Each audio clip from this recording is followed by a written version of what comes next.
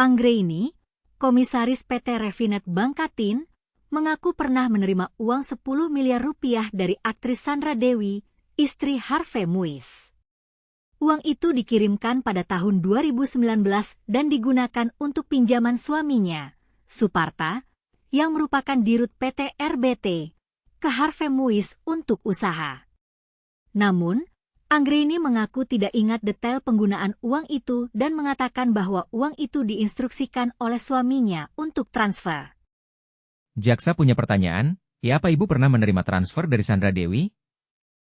Anggraini menjawab, saya pernah di tahun 2019 suami saya ada info bahwa ada mau pinjam uang dengan Harvey. Kemudian transfernya masuk dari Sandra Dewi 10 miliar rupiah. Tapi, mengapa pengiriman uang itu dilakukan oleh Sandra Dewi, bukan Harvey Muiz? Anggraini mengaku tak tahu.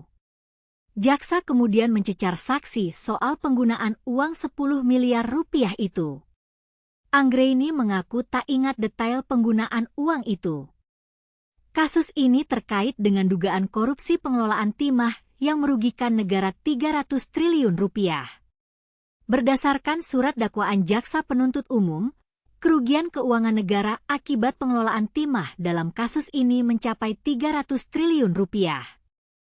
Perhitungan itu didasarkan pada laporan hasil audit penghitungan kerugian keuangan negara di kasus timah yang tertuang dalam nomor P0403S522D503-2024 tertanggal 28 Mei. Dalam kasus ini, Harvey Muiz didakwa melakukan korupsi pengelolaan timah yang merugikan negara 300 triliun rupiah dan tindak pidana pencucian uang. Jaksa menyebutkan sebagian duit korupsi Harvey Muiz mengalir kepada istrinya Sandra Dewi. Sandra Dewi akan diperiksa sebagai saksi pada 10 Oktober 2024. Mengapa Sandra Dewi terlibat dalam kasus ini? Apa hubungan Sandra Dewi dengan pengelolaan timah? Bagaimana cara Harvey Muiz menggunakannya untuk korupsi pengelolaan timah?